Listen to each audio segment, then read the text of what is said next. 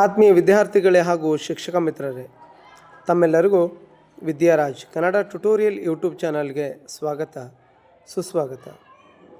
ಇವತ್ತಿನ ತರಗತಿಯಲ್ಲಿ ನಾವು 10ನೇ ತರಗತಿಯ ಪ್ರಥಮ ಭಾಷೆ ಕನ್ನಡದ ಅಗ್ನಿಭೂತಿ ವಾಯುಭೂತಿಯರ ಕತೆ, ಶಿವಕೋಟಾಚಾರ್ಯ ಅವರು ಬರೆದಿರುವ ಅಗ್ನಿಭೂತಿ ವಾಯುಭೂತಿಯರ ಕತೆ ಎನ್ನುವ ಪಾಠದ ಪ್ರಶ್ನೋತ್ತರಗಳನ್ನು ತಿಳಿದುಕೊಳ್ಳುವ ಪ್ರಯತ್ನವನ್ನು ಮಾಡೋಣ. ಅದಕ್ಕೂ ಮೊದಲು ನನ್ನ ಚಾನಲನ್ನು ಯಾರಾದರೂ ಮೊದಲ ಬಾರಿಗೆ ವೀಕ್ಷಣೆ ಮಾಡ್ತಾಯಿದ್ರೆ ದಯವಿಟ್ಟು ನನ್ನ ಚಾನಲನ್ನು ಸಬ್ಸ್ಕ್ರೈಬ್ ಮಾಡಿಕೊಂಡು ನಂತರ ಮುಂದಿನ ವಿಡಿಯೋಗಳನ್ನು ವೀಕ್ಷಣೆಯನ್ನು ಮಾಡಿ. ಹಾಗಾದರೆ ಬನ್ನಿ ಮಕ್ಕಳೇ, ಅಗ್ನಿಭೂತಿ ವಾಯುಭೂತಿಯರ ಕಥೆ ಎನ್ನುವ ಪಾಠವನ್ನು ಬರೆದಿರುವ ಶಿವಕೋಟಾಚಾರ್ಯ ಅವರ ಪರಿಚಯವನ್ನು ಮೊದಲು ಮಾಡಿಕೊಂಡು ನಂತರ ಪ್ರಶ್ನೋತ್ತರಗಳನ್ನು ತಿಳಿದುಕೊಳ್ಳುವ ಪ್ರಯತ್ನವನ್ನು ಮಾಡೋಣ. ಶಿವಕೋಟಾಚಾರ್ಯ ಇವರು ಕನ್ನಡದ ಶ್ರೇಷ್ಠ ಕವಿ ಅಥವಾ ಸಾಹಿತಿಗಳಲ್ಲಿ ಒಬ್ಬರಾಗಿದ್ದು, ಇವರು ವಿಜಯನಗರ ಜಿಲ್ಲೆಯ ಕೊಟ್ಟೂರು ತಾಲೂಕಿನ ಕೋಗಳಿ ಎಂಬ ಗ್ರಾಮದಲ್ಲಿ ಜನಿಸಿದರು. ಇವರು ಕನ್ನಡ ಸಾಹಿತ್ಯಕ್ಕೆ ಅಪಾರವಾದ ಕೊಡುಗೆಗಳನ್ನು ನೀಡಿದ್ದಾರೆ. ಇವರು ಕನ್ನಡದ ಮೊದಲ ಗದ್ಯ ಕೃತಿಯಾದ ಒಡ್ಡಾರಾಧನೆ ಎಂಬ ಹಳಗನ್ನಡದ ಗದ್ಯ ಕೃತಿಯನ್ನು ರಚಿಸಿದ್ದಾರೆ. ಒಡ್ಡಾರಾಧನೆಗೆ ಉಪಸರ್ಗ ಕೇವಲಿಗಳ ಕತೆ ಎಂಬ ಮತ್ತೊಂದು ಹೆಸರು ಸಹ ಇದೆ. ಇವರಿಗೆ ಹಲವಾರು ಬಿರುದುಗಳನ್ನು ನೀಡಿ ಗೌರವಿಸಲಾಗಿದೆ. ಇದು ನಿಮಗೆ ಕೃತಿಕಾರರ ಪರಿಚಯ 3 ಅಂಕದ ಪ್ರಶ್ನೆಯಾಗಿ ವಾರ್ಷಿಕ ಪರೀಕ್ಷೆಗೆ ಬರೋದ್ರಿಂದ ಇಂಪಾರ್ಟೆಂಟ್ ಆಗಿ ಈ ಕೃತಿಕಾರ ಪರಿಚಯವನ್ನು ನೋಡ್ಕೋಬೇಕು. ಅದ್ರ ಜೊತೆಗೆ 8-10 ವಾಕ್ಯಗಳಲ್ಲಿ 2-3 ವಾಕ್ಯಗಳಲ್ಲಿ ಉತ್ತರಿಸಿರಿ, 1 ವಾಕ್ಯದಲ್ಲಿ ಉತ್ತರಿಸಿರಿ. ಇದಕ್ಕೆಲ್ಲನೂ ಪದಗಳ ಅರ್ಥ ಇಂಪಾರ್ಟೆಂಟ್ ಆಗಿದ್ದರಿಂದ ಪದಗಳ ಅರ್ಥವನ್ನು ಸಹ ನೋಡಿಕೊಂಡು ನಂತರ 1 ಅಂಕದ ಪ್ರಶ್ನೋತ್ತರಗಳನ್ನು ನೋಡೋಣ. ಇದನ್ನು ಸಹ ನೋಡಿಟ್ಕೊಳ್ಬೇಕು. ಅಭ್ಯಾಸ ಪ್ರಶ್ನೆಗಳು. ಪ್ರಶ್ನೆ 1, ಕೌಸಂಬಿಯ ಅರಸ ಯಾರು? ಕೌಸಂಬಿಯ ಅರಸ ಅತಿಬಳ. ಸೋಮಶರ್ಮ ಕಾಶ್ಯಪಿಯರ ಮಕ್ಕಳ ಹೆಸರೇನು? ಸೋಮಶರ್ಮ ಕಾಶ್ಯಪಿಯರ ಮಕ್ಕಳ ಹೆಸರು ಅಗ್ನಿಭೂತಿ ಮತ್ತು ವಾಯುಭೂತಿ. ಕಾಶ್ಯಪಿ ವಿದ್ಯಾಭ್ಯಾಸಕ್ಕಾಗಿ ತನ್ನ ಮಕ್ಕಳನ್ನು ಯಾರ ಬಳಿಗೆ ಕಳುಹಿಸಿದಳು? ಕಾಶ್ಯಪಿ ವಿದ್ಯಾಭ್ಯಾಸಕ್ಕಾಗಿ ತನ್ನ ಮಕ್ಕಳನ್ನು ತನ್ನ ಸಹೋದರ ಸೂರ್ಯಮಿತ್ರನ ಬಳಿಗೆ ಕಳುಹಿಸಿದಳು. ಸೂರ್ಯಮಿತ್ರನು ತನಗೆ ಕಾಶ್ಯಪಿ ಎಂಬ ತಂಗಿ ಇಲ್ಲ ಎಂದು ಹೇಳಲು ಕಾರಣವೇನು? ಅಗ್ನಿಭೂತಿ ವಾಯುಭೂತಿಯರು ಸೋದರ ಮಾವನೆಂಬ ಸಲುಗೆಯಿಂದ ಮೊದಲಿನಂತೆ ಗರ್ವಿಷ್ಠರಾಗಿ ಕೆಟ್ಟು ಹೋಗುವರೆಂದು ಭಾವಿಸಿ ಸೂರ್ಯಮಿತ್ರನು ತನಗೆ ಕಾಶ್ಯಪಿ ಎಂಬ ತಂಗಿ ಇಲ್ಲ ಎಂದು ಹೇಳಿದನು. ಪಂಡಿತರಾದ ಅಗ್ನಿಭೂತಿ ವಾಯುಭೂತಿಯರಿಗೆ ದೊರೆತ ಪದವಿ ಯಾವುದು? ಪಂಡಿತರಾದ ಅಗ್ನಿಭೂತಿ ವಾಯುಭೂತಿಯರಿಗೆ ಮಂತ್ರಿ ಪದವಿ ದೊರೆಯಿತು. ಇನ್ನು 2-3 ವಾಕ್ಯದಲ್ಲಿ ಉತ್ತರಿಸಿರಿ. ಮೊದಲಿನ ಪ್ರಶ್ನೆ, ರಾಜ್ಯಸಭೆಯಲ್ಲಿ ಅಗ್ನಿಭೂತಿ ವಾಯುಭೂತಿಯರನ್ನು ಮೂರ್ಖರೆಂದು ತೀರ್ಮಾನಿಸಿದ್ದು ಏಕೆ? ರಾಜ್ಯಸಭೆಯಲ್ಲಿ ಅಗ್ನಿಭೂತಿ ಮತ್ತು ವಾಯುಭೂತಿಯರನ್ನು ಮೂರ್ಖರು ಎಂದು ತೀರ್ಮಾನಿಸಿ ಅಪಹಾಸ್ಯ ಮಾಡಿ ನಗ್ತಾರಲ್ವ, ಅದು ಯಾಕೆ ಎನ್ನುವುದನ್ನು ನೀವು ಬರೀಬೇಕು. ಇದು ನಿಮಗೆ 2 ಅಂಕದ ಪ್ರಶ್ನೆಯಾಗಿ ಬರುತ್ತೆ. ಇಲ್ಲಿರುವ ಉತ್ತರವನ್ನು ನೀಟಾಗಿ 1 ಸರಿ ಬಿಟ್ಟು 2 ಸರಿ ನೋಡಿಕೊಂಡು ಓದ್ಕೊಂಡು ಇಟ್ಕೊಂಡ್ರೆ ನಿಮಗೆ 2 ಅಂಕಗಳನ್ನು ಬರೆಯೋದಕ್ಕೆ ಗಳಿಸ್ಕೊಳ್ಳೋದಕ್ಕೆ ಈಸಿ ಆಗುತ್ತೆ.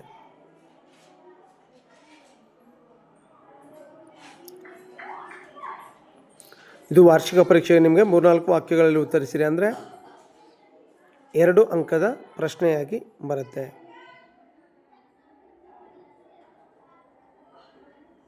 ಇನ್ನು ಮುಂದಿನ ಪ್ರಶ್ನೆ, ಅಗ್ನಿಭೂತಿ ವಾಯುಭೂತಿಯರು ಸೂರ್ಯಮಿತ್ರನಿಂದ ಕಲಿತ ವಿದ್ಯೆಗಳು ಯಾವ್ಯಾವುವು? ಅಗ್ನಿಭೂತಿ ವಾಯುಭೂತಿಯರು ತಮ್ಮ ಸೋದರ ಮಾವನಾದ ಸೂರ್ಯಮಿತ್ರನ ಹತ್ರ ವಿದ್ಯಾಭ್ಯಾಸಕ್ಕಾಗಿ ಹೋದ್ರಲ್ವ, ಅಲ್ಲಿ ಯಾವ ವಿದ್ಯೆಗಳನ್ನು ಕಲಿತರು ಅನ್ನೋದನ್ನು ನೀವು ಬರೀಬೇಕು. ಇದು ಸಹ ನಿಮಗೆ 2 ಅಂಕದ ಪ್ರಶ್ನೆಯಾಗಿ ವಾರ್ಷಿಕ ಪರೀಕ್ಷೆಗೆ ಬರುತ್ತೆ.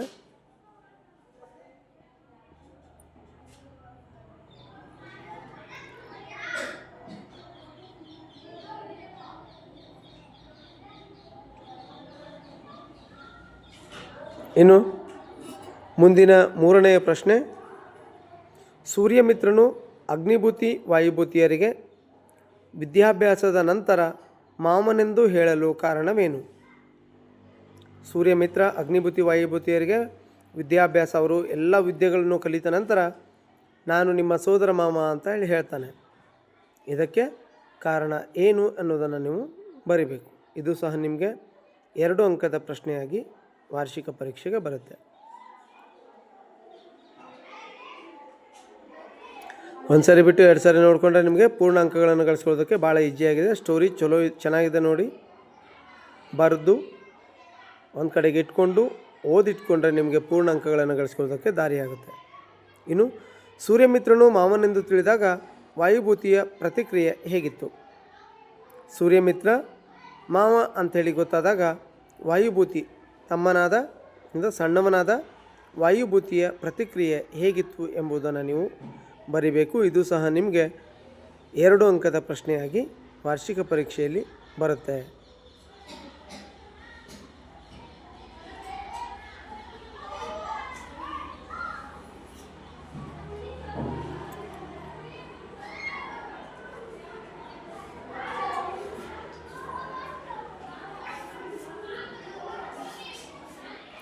ಇನ್ನು ಮುಂದಿನ ಪ್ರಶ್ನೆ 8-10 ವಾಕ್ಯಗಳಲ್ಲಿ ಉತ್ತರವನ್ನು ಬರೆಯಿರಿ. 8-10 ವಾಕ್ಯಗಳಲ್ಲಿ ಉತ್ತರಿಸಿರಿ ಎನ್ನುವಂಥ ಪ್ರಶ್ನೆ. ಸಪ್ತ ವ್ಯಸನಿಗಳಾಗಿದ್ದ ಅಗ್ನಿಭೂತಿ ವಾಯುಭೂತಿಯರು ಪಂಡಿತರಾದುದು ಹೇಗೆ? ಸಪ್ತ ವ್ಯಸನಿಗಳಾಗಿದ್ದ ಅಗ್ನಿಭೂತಿ ಮತ್ತು ವಾಯುಭೂತಿಯರು ಪಂಡಿತರಾದರು. ಅದು ಹೇಗೆ ಪಂಡಿತರಾದರು ಎನ್ನುವುದನ್ನು ನೀವು ಬರಿಬೇಕು. ಇಲ್ಲಿ ಸ್ಟೋರಿ ಬಹಳ ಸುಂದರವಾಗಿ ಚೆನ್ನಾಗಿದೆ. 1 ಸರಿ ಬಿಟ್ಟು 2 ಸರಿ ನೀವು ಓದ್ಕೊಂಡ್ರೆ ಸಾಕು, ಉತ್ತರವನ್ನು ನೀವು ಸಹ ಬರಿಬಹುದು. ಇದು ನಿಮಗೆ ವಾರ್ಷಿಕ ಪರೀಕ್ಷೆಗೆ 8-10 ವಾಕ್ಯಗಳಲ್ಲಿ ಉತ್ತರಿಸಿರಿ ಅಂದರೆ 4 ಅಂಕದ ಪ್ರಶ್ನೆಯಾಗಿ ನಿಮಗೆ ವಾರ್ಷಿಕ ಪರೀಕ್ಷೆಗೆ ಬರುತ್ತೆ.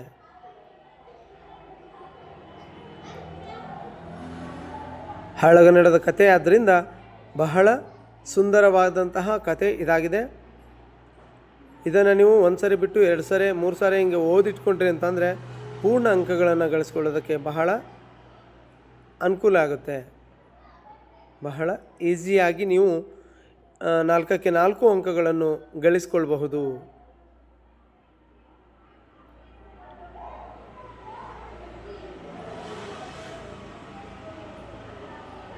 ಸಪ್ತ ವ್ಯಸನಿಗಳಾಗಿದ್ದ ಅಗ್ನಿಭೂತಿ ವಾಯುಭೂತಿಯರು ಪಂಡಿತರಾದುದು ಹೇಗೆ? ಯಾವ ರೀತಿಯಲ್ಲಿ ಅವರು ಪಂಡಿತರಾದರು ಅನ್ನೋದನ್ನು, ಅಂದರೆ ಅಗ್ನಿಭೂತಿ ವಾಯುಭೂತಿಯರ ಕಥೆ ಪೂರ್ತಿ ಸ್ಟೋರಿನೂ ನೀವು 8-10 ವಾಕ್ಯಗಳಲ್ಲಿ ಉತ್ತರದ ಮುಖಾಂತರ ನೀವು ಬರೆದು ತೋರಿಸೋದ್ರಿಂದ 4 ಅಂಕಗಳನ್ನು ಗಳಿಸ್ಕೊಳ್ಬಹುದು. ಇದು ನಿಮಗೆ 8-10 ವಾಕ್ಯಗಳಲ್ಲಿ ಉತ್ತರಿಸಿರಿ ಎನ್ನುವ ಪ್ರಶ್ನೆಯಾಗಿ ಬರುತ್ತೆ. ಇನ್ನು ಮುಂದಿನ ಪ್ರಶ್ನೆ.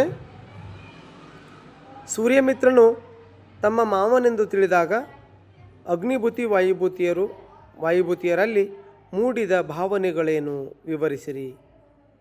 ಸೂರ್ಯಮಿತ್ರ ತಮ್ಮ ಮಾವ ಅಂತ ಹೇಳಿ ಗೊತ್ತಾದಾಗ ಅಗ್ನಿಭೂತಿ ಮತ್ತು ವಾಯುಭೂತಿಯರ ಮನಸ್ಸಿನಲ್ಲಿ ಯಾವ್ಯಾವ ಭಾವನೆಗಳು ಮೂಡಿದವು ಎನ್ನುವುದನ್ನು ನೀವು ಬರಿಬೇಕು.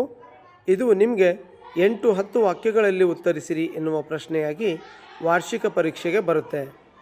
ಇದರಿಂದ ನೀವು 4 ಅಂಕಗಳನ್ನು ಗಳಿಸಿಕೊಳ್ಳೋದಕ್ಕೆ ಸಹಾಯ ಆಗುತ್ತೆ. ಸ್ಟೋರಿ ಭಾಳ ಸುಂದರವಾದ ಸ್ಟೋರಿ ಆಗಿದೆ. ಇಲ್ಲಿ ಉತ್ತರ ರೆಡಿ ಇರುವಂತಹ ಉತ್ತರ ನಿಮಗೆ ಇದೆ.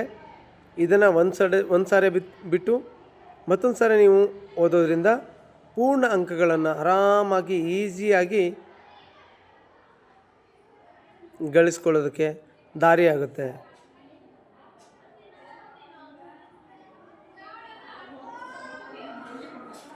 ಅಗ್ನಿಭೂತಿ ವಾಯುಭೂತಿಯರಿಗೆ ಸೂರ್ಯಮಿತ್ರ ತಮ್ಮ ಮಾವ ಅಂತ ತಿಳಿದಾಗ ಅವರ ಮನಸ್ಸಿನಲ್ಲಿ ಯಾವ ಭಾವನೆ ಮೂಡಿದ್ವು ಅನ್ನೋದನ್ನು ಬರಿಬೇಕು. ಇದು ನಿಮಗೆ 8-10 ವಾಕ್ಯಗಳಲ್ಲಿ ಉತ್ತರಿಸಿರಿ ಅಂದರೆ 4 ಅಂಕದ ಪ್ರಶ್ನೆಯಾಗಿ ಬರುತ್ತೆ. ಇನ್ನು ಮುಂದಿನ ಪ್ರಶ್ನೆ. ಸಂದರ್ಭ ಸಹಿತ ಸ್ವಾರಸ್ಯವನ್ನು ವಿವರಿಸಿರಿ. ಕಣ್ಣ ನೀರಂ ತೀವಿ ನೆಲನಂ ಬರೆಯುತ್ತೀರೆ.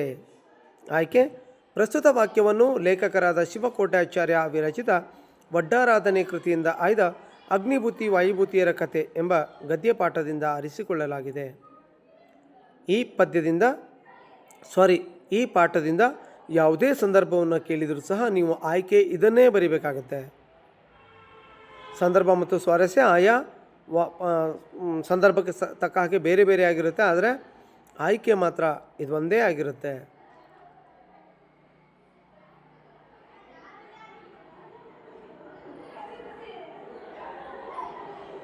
ಆಯ್ಕೆಗೆ 1 ಅಂಕ, ಸಂದರ್ಭಕ್ಕೆ 1 ಅಂಕ, ಸ್ವಾರಸ್ಯಕ್ಕೆ 1 ಅಂಕ, ಹೀಗೆ 3 ಅಂಕದ ಪ್ರಶ್ನೆಯಾಗಿ ನಿಮಗೆ ವಾರ್ಷಿಕ ಪರೀಕ್ಷೆಗೆ ಇದು ಸಂದರ್ಭ ಸಹಿತ ಸ್ವಾರಸ್ಯ ಬರೆಯಿರಿ ಅನ್ನೋ ಪ್ರಶ್ನೆಯಲ್ಲಿ ಬರುತ್ತೆ. ಇದನ್ನು ಬರೆಯೋದ್ರಿಂದ ನಿಮಗೆ 3 ಅಂಕಗಳು ಸಿಗ್ತವೆ.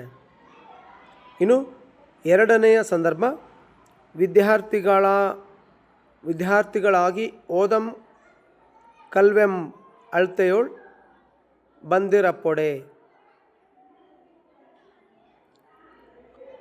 ಆಯ್ಕೆ ಮೊದಲಿನ ಸಂದರ್ಭದ ಆಯ್ಕೆನೇ, ಸಂದರ್ಭ ಮತ್ತು ಸ್ವಾರಸ್ಯ ಬೇರೆ ಬೇರೆಯಾಗಿ ಇರುತ್ತೆ.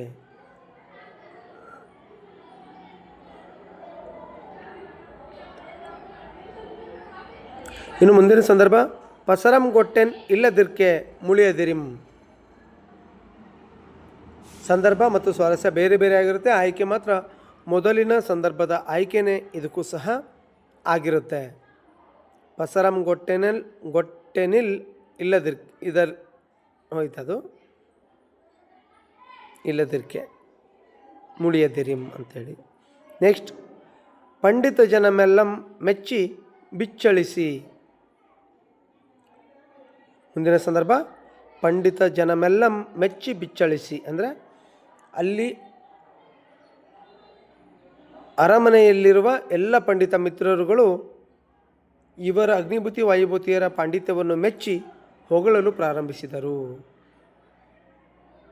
ಸಂದರ್ಭ ಮತ್ತು ಸ್ವಾರಸ್ಯ ಬೇರೆ ಬೇರೆ ಆಗಿರುತ್ತೆ. ಆಯ್ಕೆ ಮಾತ್ರ ಮೊದಲಿನ ಸಂದರ್ಭದ ಆಯ್ಕೆನೇ ಆಗಿರುತ್ತೆ. ಇನ್ನು ಮೊದಲೆರಡು ಪದಗಳಿಗೆ ಸಂಬಂಧಂತೆ ಮೂರನೇ ಪದಕ್ಕೆ ಸರಿ ಒಂದು ಸಂಬಂಧಿ ಪದವನ್ನು ಬರೆಯಿರಿ. ಭರತ ಕ್ಷೇತ್ರದೊಳು ಸಪ್ತಮಿ ನೆಲನಂ ದ್ವಿತೀಯ ಪಸರ ಸಲುಗೆ ತುಳಿಲ್ ನಮಸ್ಕಾರ. ಇನ್ನು ನೆಕ್ಸ್ಟು ಕೊಟ್ಟರು ಪದಗಳನ್ನು ಬಿಡಿಸಿ ಸಂಧಿಯನ್ನು ಸರಿಸಿ. ಕೊಟ್ಟಿರುವ ವಿಷಯವನ್ನು ಕುರಿತು ಪ್ರಬಂಧ ಬರೆಯಿರಿ.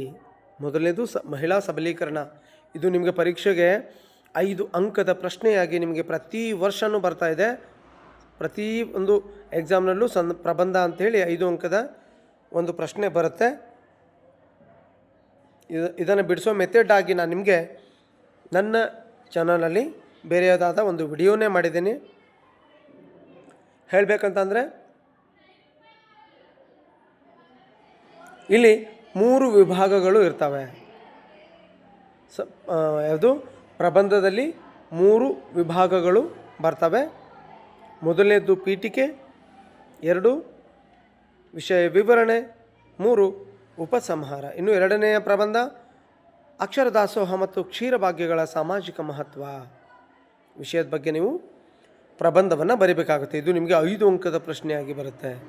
ಇದನ್ನು ಬರೆಯೋದ್ರಿಂದ ನಿಮಗೆ 5 ಅಂಕಗಳು ಸಿಗುತ್ತೆ ಮಕ್ಕಳೇ. ಇದರಲ್ಲಿ 3 ವಿಭಾಗಗಳಲ್ಲಿ ನೀವು ಇದನ್ನು ಬರೀಬೇಕಾಗುತ್ತೆ. ಮೊದಲನೇದು ಪೀಠಿಕೆ, ವಿಷಯ ವಿವರಣೆ, ಉಪಸಂಹಾರ.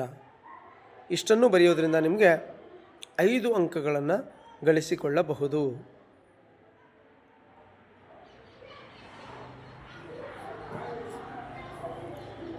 ಇಲ್ಲಿಗೆ ಈ ವಿಡಿಯೋ ಮುಕ್ತಾಯ ಆಯಿತು ಮಕ್ಕಳೇ. ಈ ವಿಡಿಯೋ ನಿಮಗೆ ತುಂಬ ಉಪಯುಕ್ತವಾಗಿದೆ ಎಂಬುದು ನನ್ನ ಅಭಿಪ್ರಾಯ. ಹಾಗೆಯೇ ನಿಮಗೂ ಸಹ ಈ ವಿಡಿಯೋ ಇಷ್ಟ ಆಗಿದ್ದರೆ, ಉಪಯುಕ್ತ ಆಗಿದ್ದರೆ ಪ್ಲೀಸ್ ದಯವಿಟ್ಟು ನನ್ನ ಚಾನಲನ್ನು, ಈ ವಿಡಿಯೋವನ್ನು ಶೇರ್ ಮಾಡಿ, ಲೈಕ್ ಮಾಡಿ, ಕಮೆಂಟ್ಸ್ ಮಾಡಿ, ಹಾಗೆಯೇ ನನ್ನ ಚಾನಲನ್ನು ಸಬ್ಸ್ಕ್ರೈಬ್ ಮಾಡಿಕೊಳ್ಳಿ. ಧನ್ಯವಾದಗಳು.